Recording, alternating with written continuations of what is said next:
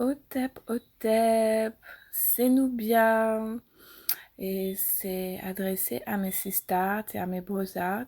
Je voulais parler de cette saison du poisson qui va commencer, qui a déjà commencé depuis le 18 février.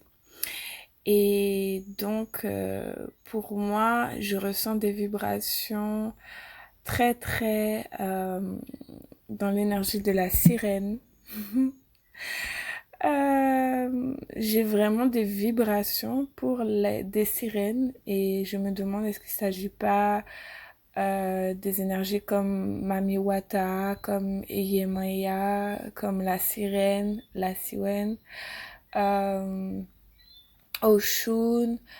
Vous voyez toutes ces énergies, ces entités qui ont vraiment qui, qui ont vraiment la correspondance de cette femme aquarienne. J'ai dit aquarienne, bon, cette femme des eaux, cette énergie féminine sacrée des eaux. Et du coup, je me suis rappelé que effectivement, le signe du poisson, il est dirigé par, il est sous l'influence de la planète Neptune, donc dans la 12e maison. Ça correspond vraiment à la spiritualité, au rêve, à la compassion, à l'empathie, à l'intuition, l'imagination, le subconscient, la paix intérieure, la guérison, la fin également, parce que c'est le dernier signe, donc c'est la fin d'un cycle. Hein, on a déjà parcouru les 12 signes pour enfin arriver au signe grand-mère, à ce signe également qui représente les illusions, les addictions, les tromperies, les bizarreries, ce sentiment d'être perdu tout au fond de l'océan. Donc j'aime bien donner les deux aspects, c'est important parce que on ne vit pas que de lumière, on vit aussi dans le reste de l'univers qui est essentiellement composé du noir, du cosmos, du noir, du chaos. Et il faut l'accepter, c'est la danse de la vie. Euh, donc, j'ai vraiment la sensation, par rapport à tous les placements planétaires que j'ai observés, que ce soit Jupiter qui est actuellement dans le signe du poisson, euh, et puis des conjonctions à répétition entre Mars et Vénus actuellement dans le signe du Verseau, mais euh, il y a vraiment cette énergie où je ressens qu'il y a vraiment une élévation spirituelle, peut-être des expériences plus fortes, plus intenses, plus vibrantes, ou des expériences de déjà-vu, ces sensations que, ah, tiens, j'ai déjà vécu ça, bon voilà. Une sensation que les choses peuvent arriver plus profondément, euh, que le subconscient, tout ce qui est dans le subconscient, très caché, très profondément immergé, va certainement arriver à la surface et que du coup, il faut vraiment s'attendre à ce qu'il y ait pas mal d'énergie euh, dans ce sens, qui est vraiment peut-être des émotions très profondément ancrées qui reviennent à la surface et qu'il va peut-être falloir apprendre ou juste accepter de les accueillir. Aussi le fait de reprogrammer actuellement avec cette vraiment énergie d'un cycle qui finit pour un cycle qui démarre avec le cycle du bélier parce que Jupiter va entrer en bélier à peu près au mois d'avril, mai certainement, avril-mai. Et donc savoir qu'il y aura cette transition de l'eau au feu, cette transition de la grand-mère au nouveau-né, à la régénération, à la renaissance. Et donc imaginer qu'il y aura un meilleur futur. Voilà, donc vraiment accepter et croire en ses projets. J'ai plus que dans l'acceptation, vraiment y croire et mettre sa foi en soi, c'est son investissement. Donc voilà, vous permettre de croire en vous, l'âme que vous êtes, de croire en votre intuition, de croire en vos guides. S'il faut, de pleurer, voilà, de pleurer, de libérer. Et ça peut aussi commencer par vraiment un grand nettoyage en profondeur de chez vous, tout ce qui embarrasse votre énergie. Limite, débarrassez-vous de ce qui ne vous sert plus. Vraiment, ça sera un temps parfait pour ça, le mois de mars.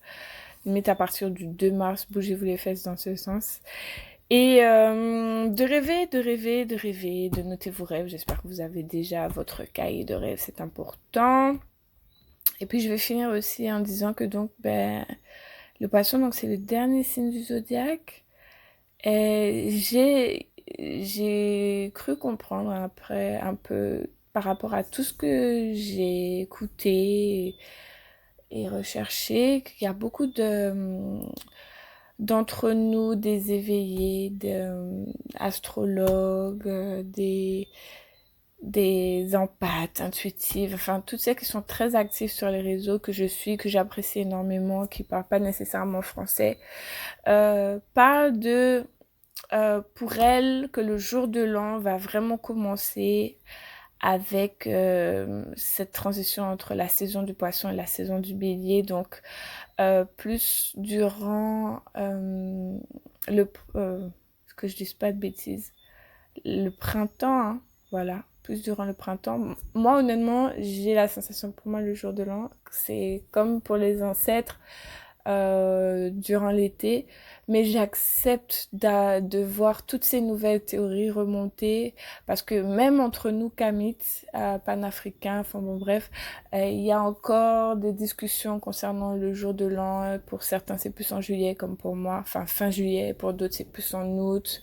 Donc, honnêtement, tout ce qui compte, en fait, c'est que l'on puisse vraiment confronter nos vérités, nos intuitions profondes, et que de ça résulte que nous recréons, en fait, le monde dans lequel nous souhaitions vivre. Et il me semble que c'est le plus important.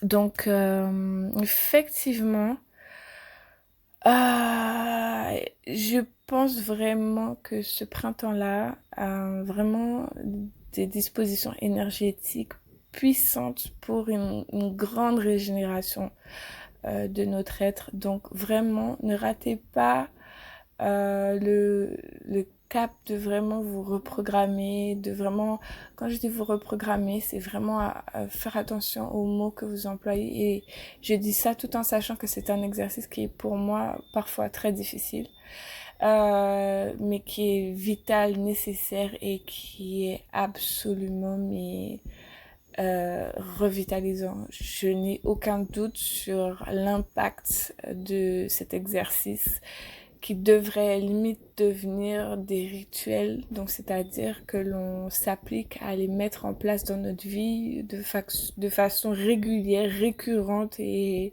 redondante s'il le faut, comme une routine revitalisante. Ok. Donc ouais, cette année 2022, elle est quand même l'année donc de Vénus, mais aussi dans le sens de couple up sacré, donc de retrouver en fait l'énergie de la réunion du féminin sacré et du masculin sacré déjà en soi, et d'une certaine façon aussi de trouver son partenaire sacré. J'aime bien le terme sacré parce que j'ai l'impression qu'on a peut-être parfois peur de l'utiliser, mais pas nécessairement seulement peur, peut-être qu'en fait on a tellement ridiculisé ce qui est sain, bénéfique et bon pour l'être, que maintenant en fait je m'applique vraiment à impulser ces vibrations en nous, qu'on puisse nous les récupérer sans avoir honte d'avoir envie de vivre dans son sacré, dans son divin, et pas dans d'autres vibrations bien plus basses, et voilà. Ok, donc pour finir, parce que c'est un peu plus long que je l'avais prévu, euh, je pense que vraiment il va y avoir des grandes guérisons à condition que vous le souhaitiez vraiment et que ça va certainement amener des rapprochements dans les situations, un alignement avec votre esprit et surtout une grande ouverture d'esprit qui va vous permettre d'explorer vos possibilités. Donc c'est ça que je tenais à vous dire. Soyez fiers, soyez passionnés, soyez inspirés, soyez intuitifs, profondément intuitifs. Travaillez à l'être si vous n'avez pas encore confiance en vous, que vous avez du mal à l'avoir. C'est effectivement des...